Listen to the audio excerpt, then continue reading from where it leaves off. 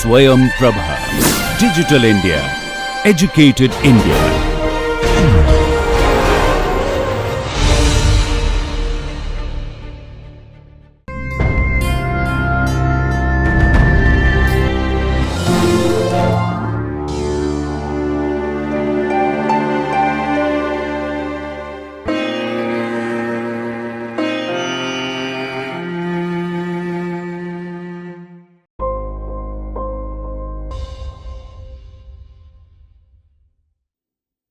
Welcome to the lecture on data visualization using ggplot.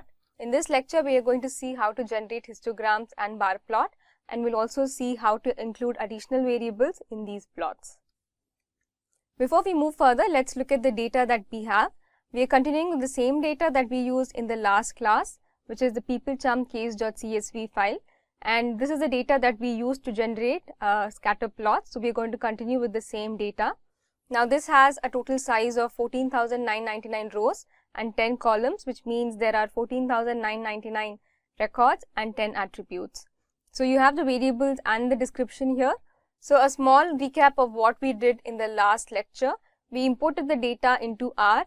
Now this was in a CSV format, so we used the function read.csv, and the input to this function is the file. So this loads the data and reads the file in a table format, and it creates a data frame from it. So to access the data frame HR, you can go to the environment, and if you click on this data frame HR, you will see a pop-up. Now the pop-up looks similar to the snippet that's shown below.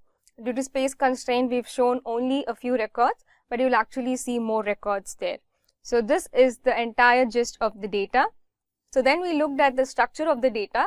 From here we could conclude that there were 5 variables, namely number of projects, time spent dot company, work accident, left, and promotion in last 5 years, which were read as integers, and that was because of the nature of data that was present.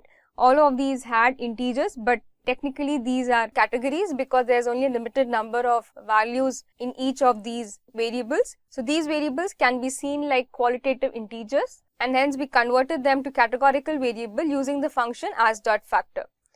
So let's see what a histogram is. Now a histogram is used to represent the distribution of a numerical data. So all integers and numerical data types fall under this category. This is an example of a histogram, and it was generated for the variable satisfactory level from this data that we are using.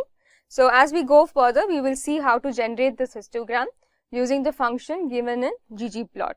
So here on the histogram, on the x-axis you have the satisfactory level, on the y-axis you have the count. So each of the vertical bars that you are seeing here are called bins, and the width of the bin is fixed. You can change it. You can also give a constant bin width. So basically what happens is that the entire range of data is split based on the bin width. So the bin values, like I said, can be equal or unequal. Now you can have an equal bin width or you can have an unequal bin width. And the height of each of the bin is proportional to the frequency, which is the count or the number of values that fall into each bin. So this is how an histogram is defined. So a histogram is used only for a numerical variable, and let's see how to now generate a histogram using the ggplot2 package. So before we move further, you need to load the library before you can use any of the function. So I'm just loading the package ggplot2 using the function library. And now I'm going to generate a histogram for the variable average monthly hours. So this is a variable for which we are going to generate a histogram. So let's begin by mapping the data and the variables. Now to map the data and the variables, we are going to be using the ggplot2 function. Now under the parameter data, I'm going to give the data frame name, which is HR. And under the aesthetic function represented by AES, I'm going to map the x-axis. Now the x-axis is given by the parameter x, and I'm going to call it as average monthly hours. Another point to note here is that there is only one variable here, that is we are going to mention only the x-axis here. The y-axis is the count or the frequency, so that is something that is automatically computed, we don't have to give it.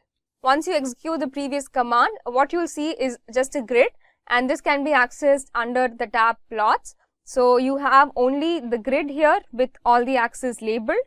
So the entire range of data is also set, and the average monthly hours label is also placed.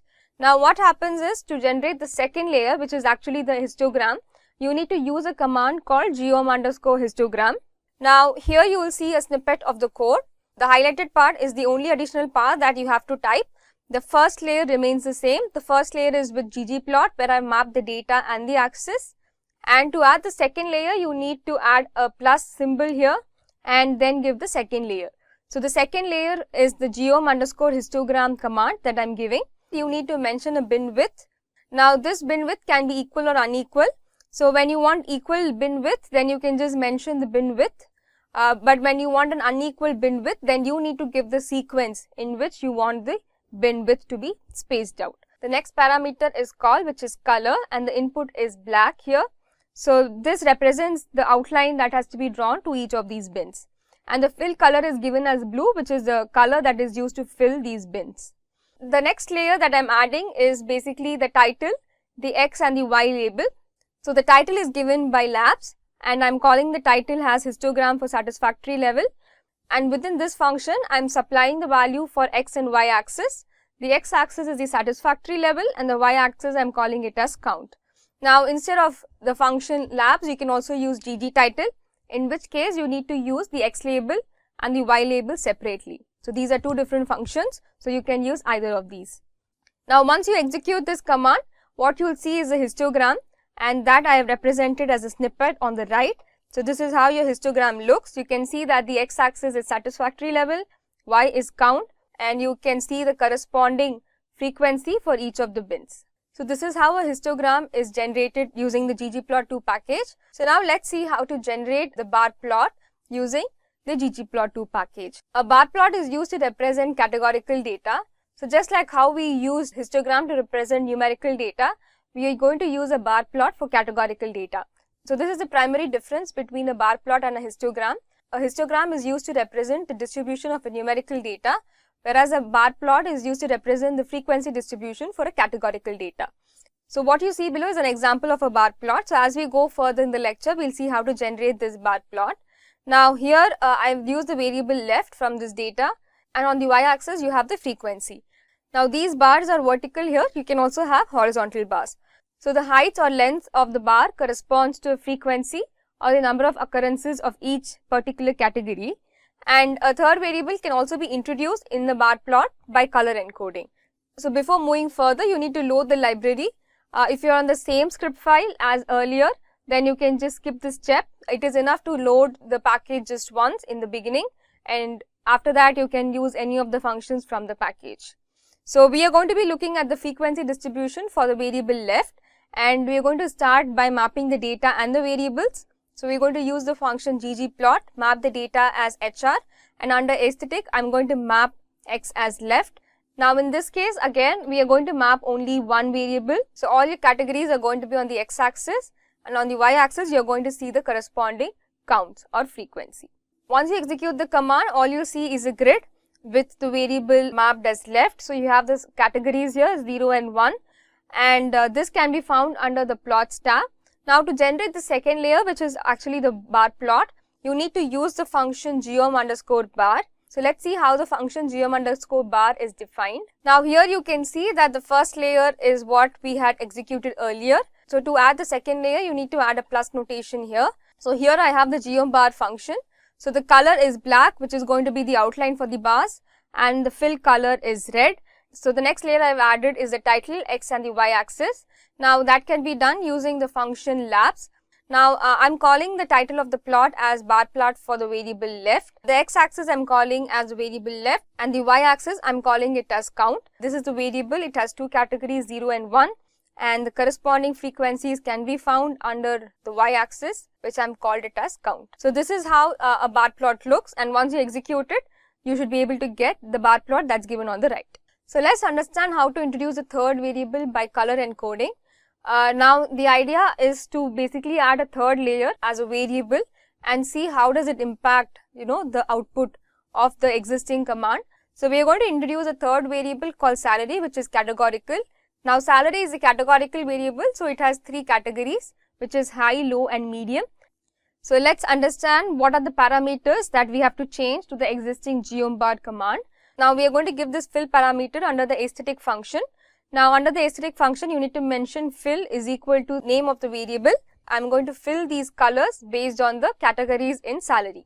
and I'm changing the title as bar plot for left and salary. So it's going to be a combination of two variables. The x-axis and the y-axis remain the same.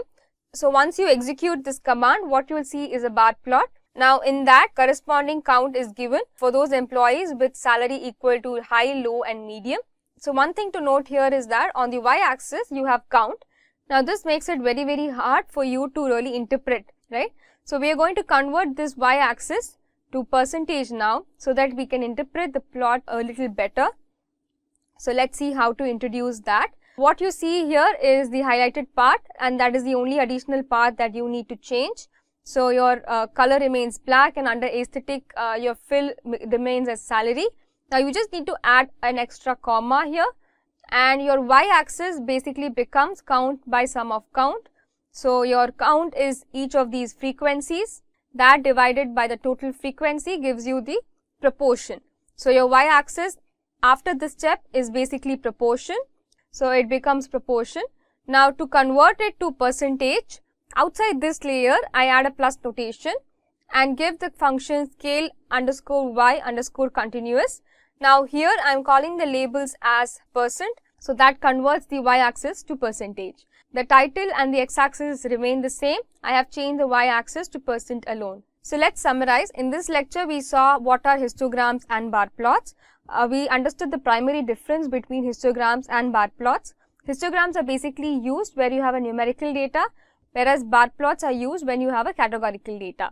And we also saw how to add a description to the plots, the title and the axis, and we understood the effect of adding a third variable to a bar plot, and we also saw how to convert the frequency to percentage in a bar plot. Thank you.